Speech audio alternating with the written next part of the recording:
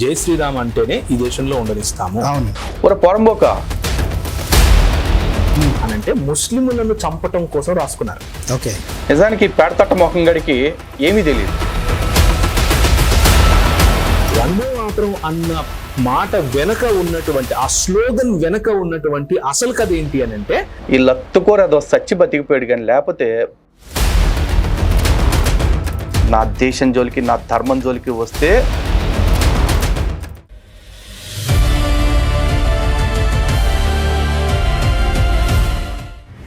హిందూ బంధువులందరికీ జై శ్రీరామ్.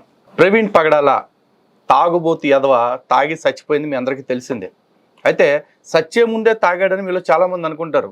బతికున్నప్పుడు కూడా రోజు తాగుతూనే ఉండేవాడని, ఆ తెగ తాగే టీవీ స్టూడియోలకు వచ్చేవాడని, ఆ తాగుబోతు మాటలతోటే హిందూ సమాజం మొత్తాన్ని చాలాసార్లు కించపరిచాడని మీలో చాలామందికి తెలియదు. అఫ్కోర్స్ ఆడు చచ్చిన తర్వాత ఆడి వీడియోలు చూస్తుంటే ఇప్పుడు నాకు తెలుస్తుంది. కాకపోతే కర్మ ఏంటంటే ఆ సచ్చినోడి మాటలకి ఇప్పుడు కౌంటర్ ఇవ్వాల్సి వస్తుంది. ఎందుకు అని చాలామందికి అనిపించవచ్చు. అందుకే ముందు దానికి డిస్క్లైమర్ ఇస్తున్నా. ఎందుకంటే ఆడు తాగి వాగినా లేదంటే వాగటం కోసం తాగాడో తెలియదు, కానీ ఆడు తెగ తాగేసి మాట్లాడిన మాటలన్నీ ఇప్పుడు టీవీల్లో ట్రెండ్ అవుతూ ఉన్నాయి. సోషల్ మీడియాలో మరీ ఎక్కువగా ట్రెండ్ అవుతూ ఉంది. మరి ఆ అబద్ధాలని అలాగే కొనసాగించేద్దామా? చచ్చిపోయాడు కదా అని వదిలేద్దామా? లేదు. మనిషి చచ్చిపోయినా మాట మిగిలే ఉంది కాబట్టి ఆ మాటకి కౌంటర్ కూడా సొసైటీలో తిరుగుతూనే ఉండాలి. దానికోసమే ఈ కౌంటర్. ఇంతకీ ఈ తాగుబోతే ఎదవ అనే కంటే కూడా ఈ 420 గడు 420 అని ఎందుకు అంటున్నాను అంటే, ఆడు బతికున్నంతకాలం హిందువుల్ని క్రైస్తవుల్ని అందరినీ మోసం చేయడం కోసం మాయమాటలు చెప్తూనే బతికాడు. మోసం చేసేవాడిని మరి ఏమంటారు? 420 అంటే ఇప్పుడు బిఎన్ఎస్ఎస్ వచ్చింది కాబట్టి బహుశా 318 అనాలి. ఈ 318 గడు ఏం మాట్లాడాడు మీరు చూడండి ఒకసారి. చూస్తున్నారు కదా ఈ స్క్రీన్ షాటు. చాలా మంచి విషయం తెలిసిందన్న అంట పెట్టి మరి ఈ పాస్టర్లు కొంతమంది ప్రచారం చేసుకుంటూ ఉన్నారు. ఏం మంచి విషయం తెలిసిందో మరి ఈ బేగ్గాళ్ళే చెప్పాలా. ఎందుకంటే వీడు మాట్లాడిందే మోసకారి మాటలు. అఫ్కోర్స్ పాస్టర్ అంటే ఫస్ట్ క్వాలిఫికేషన్ ఏముండాలంటే అబద్ధాలు చెప్పడం. కాబట్టి ప్రవీణ్ పగడాల అబద్ధాలు చెప్పిందని నేను ఎక్కువ తప్పు పట్టట్లా, కానీ ఆ తప్పుని అట్లీస్ట్ హిందువులకు అర్థమయ్యేలాగా చెప్పాలి. ఓకే, చూడండి. జై శ్రీరామ్ అంటేనే ఈ దేశంలో ఉండనిస్తాము, అవును, జై శ్రీరామ్ అనకపోతే తలలు నరికేస్తాము అని చెప్తున్నారు. ఒక పొరంబోక యానా కొడుకురా నీకు చెప్పిందే. ఇప్పుడు బైబుల్లో మీ దేవుడు చెప్పాడు రా, అన్య దేవతల పేర్లు మీ నోట పలకనేయకూడదు అని చెప్పేసి. అంటే వేరే దేవతల పేర్లు పలికావా కూడగా తీసానే తాట అని చెప్పేసి చెప్పింది మీ దేవుడు. మా హిందువులు ఏ రోజు జై శ్రీరామ్ అనే పేరు పలకపోతే చంపేస్తామని అలా. ఇన్ఫ్యాక్ట్ రాముడు లాంటి పతిత పావనుడి పేరు, పరమ పవిత్రుడైన భగవంతుడి పేరు మీలాంటి పాపుల నోట్లోంచి ఎప్పుడు వస్తుందా అని మేమే ఫీల్ అవుతూ ఉంటాం. చిచి మాకేంటి కర్మ అని చెప్పేసి. అర్థమైందా? ఎందుకంటే మీరు బతుకంతా పాపాలు చేసి ఒక్కసారి ఇట్లా తెలుసో తెలియకో జై శ్రీరామ్ అనటం వల్ల మీ పాపాలు పోతా ఉన్నాయి. ఎందుకంటే రాముడి పేరు తెలిసినంత మాత్రమే పాపాలు పోతాయి. అలా మీరు చేసిన పాపాలన్నీ ఎక్కడ పోతాయో అని చెప్పేసి మేము ఫీల్ అవుతూ ఉంటాం. అంతే తప్ప మీరు పలకాలి అని మేము ఎందుకు కోరుకుంటాం తుఫేలుగా? ప్రతి 25 నుంచి 30 సంవత్సరాలకు ఇలాంటి స్లోగన్ ఒకటి తెస్తారు. మీరు చూడండి, ఇక్కడ చూస్తున్నారుగా. ప్రతి 25 సంవత్సరాలకి 30 సంవత్సరాలకు ఒక స్లోగన్ తీసుకొస్తారంట. ఎవరో హిందువులు, హిందుత్వవాదులు. దాని గురించి ఎక్స్ప్లెయిన్ చేసుకుంటూ ఇన్ని అబద్ధాలు ఆడుతున్నాడు కదా ఇటు. మరి ఇలాంటి అబద్ధాలు ఆడినవాడిని 420 గడు, అదే బిఎన్ఎస్ 318 అనాలా వద్దా? బతికుంటే మిస్లీడింగ్ అడ్వర్టైజ్మెంట్స్ కింద వీడి మీద కేసు కూడా పెట్టాలి లెక్క అయితే. అంటే మన దగ్గర వ్యవస్థలు అంత యాక్టివ్గా పనిచేయట్లేదు కదా. మతపరమైన విషయాల్లో అవి కొంచెం సున్నితమైన విషయాలు కాబట్టి అలా వదిలేస్తూ ఉంటారు. కానీ ఏ రాముడైతే ఒక వ్యక్తి చనిపోతే వాడి మీద శత్రుత్వం కూడా చనిపోతుంది అని చెప్పిన మహానుభావుడు ఉన్నారో, అవతార పురుషుడు ఉన్నారు, అటువంటి రాముడిని వీడు కించపరుస్తూ ఉన్నాడు. మరి పోన్లే చచ్చిపోయాడు కదా అని చెప్పేసి మరణాంతాన్ని వైరాణి అనుకుని వదిలేయగలమా? వదలలేం. ఎందుకంటే వీడు చాలా అబ్యూజివ్గా మాట్లాడాడు.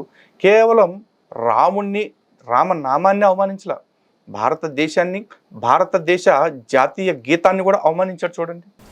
కరెక్ట్గా ఇప్పటి నుంచి ఒక 20 ఏళ్లకు వెనక్కి వెళ్తే మీరు రెహమాన్ గారి మీద, మ్యూజిక్ డైరెక్టర్ రెహమాన్ గారి మీద ఒక పెద్ద దాడే జరిగింది అప్పట్లో. ఎందుకు? వందే మాత్రం అన్నటువంటి పాట ఆయన ఎలా దాన్ని తన శైలిలో, తన బాణిలో ఏ విధంగా అయితే తీసుకొచ్చాడో దాన్ని అడ్డం పెట్టుకుని, అంతకుముందు వందే మాత్రం అన్నటువంటి బాణి 1947కు ముందులో వందే మాత్రం అనకపోతే ఈ దేశంలో ఉండనివ్వము అని చెబుతూ వందే మాత్రం అన్నటువంటిది అసలు ఆనంద్ మఠ్ అన్నటువంటి పుస్తకంలో ఎందుకు రాసుకున్నారు? అది మాట్లాడదాం. కానీ దానికంటే ముందు నువ్వు డైలాగ్ అన్నావు చూసావా, ఆ 90sలో వందే మాత్రం అనకపోతే ఈ దేశంలో ఉండనేమో అన్నారని. ఒరే తుఫేలు, అప్పుడు 97లో ఏంట్రా, 2027లో కూడా అదే అంటాం. ఈ దేశంలో ఉండాలంటే వందే మాత్రం పాడాలంతే, నో కాంప్రమైజ్. ఎందుకంటే ఈ దేశాన్ని తల్లిగా అనుకోవాల్సిందే. మాతృభూమి రక్షణ కోసం, మాతృభూమి సేవ కోసం ప్రతి ఒక్కడూ తమ వంతు పాత్ర పోషించాల్సిందే. ఇందులో ఏ డౌటు లేదు. ఓకే, ఇకపోతే ఆనందమఠ్ అనే పుస్తకం గురించి, ఆ గ్రంథం గురించి మాట్లాడటం మొదలెట్టాడు. ఇది ఎంత అబద్ధాలు కూడా, ఎన్ని కటిక అబద్ధాలు చెప్తాడో చూడండి ఇక్కడ. అని అంటే ముస్లింలను చంపటం కోసం రాసుకున్నారు. ఓకే, ఇది చరిత్ర, ఇది ఎవరు దీన్ని తీసేయలేరు. ఆనందమఠ్ అనేది వీళ్ళకు మనం బైబిల్ ఎలా చదువుతామో అలా ఆర్ఎస్ఎస్ వాళ్ళు ఆనందమఠ్ అనే పుస్తకాన్ని చదువుతారు. ఓకే, దాన్ని ఏమంటారు, ఒక చిన్న గేమ్ లాగా కూడా ఆడుకుంటూ ఉంటారు. ఓకే, ఏ విధంగా వెళ్ళి ముస్లింల దగ్గర నుంచి ఒక హిందువుని రక్షించాలి, ఏ విధంగా వెళ్ళి ఒక నిజానికి పేడతట్ట మొహం గడికి ఏమీ తెలియదు. ఆనందమఠ్ అనే పుస్తకాన్ని దేనికి రాశారు అంటే, సన్యాసి విప్లవం ఏదైతే ఉందో ఆ సన్యాసి విప్లవాన్ని ప్రేరణగా తీసుకుంటూ స్వతంత్ర పోరాటం అంటే బ్రిటిషర్లకు వ్యతిరేకంగా ఈ దేశపు స్వతంత్ర వీరుల్ని ఏ విధంగా మనం తయారు చేసుకోవాలి అన్న దాని మీద రాశారు. నిజానికి దాంట్లో ముస్లింలు అన్న కాన్సెప్టే రాదు అసలు. ఎక్కడ ముస్లింలు చంపడం లేకపోతే ముస్లింలతో వ్యతిరేకించడం అనే కాన్సెప్టే ఆనందమఠ్లో ఎక్కడ రాదు.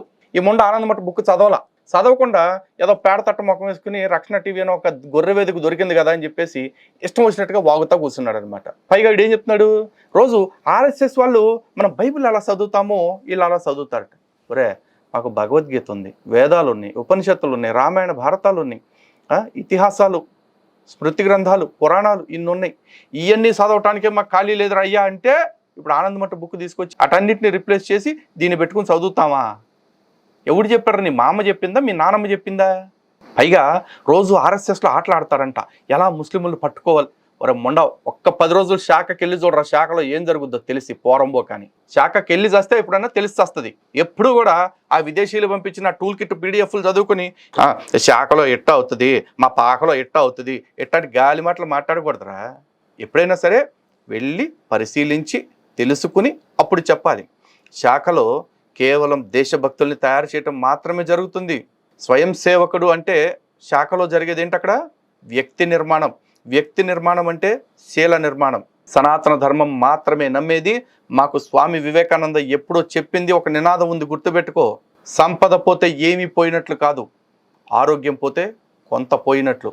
అదే వ్యక్తిత్వం పోతే సర్వం కోల్పోయినట్లే అంటారు. అలాంటి వ్యక్తిత్వ నిర్మాణాన్ని, శీల నిర్మాణాన్ని శాఖలో చేస్తారు. అందుకే స్వయం సేవకుల యొక్క వ్యవహారం ఎలా ఉంటుందో బయటకు వచ్చి చూడు. అలాంటి స్వయం సేవకుల గురించి, స్వయం సేవకుల నిర్మాణం కోసం జరుగుతున్న శాఖ గురించి కారు కూతలకు వస్తున్నావు కబోదిగా. ఇదేమన్నా గుడారాలు అనుకున్నావురా?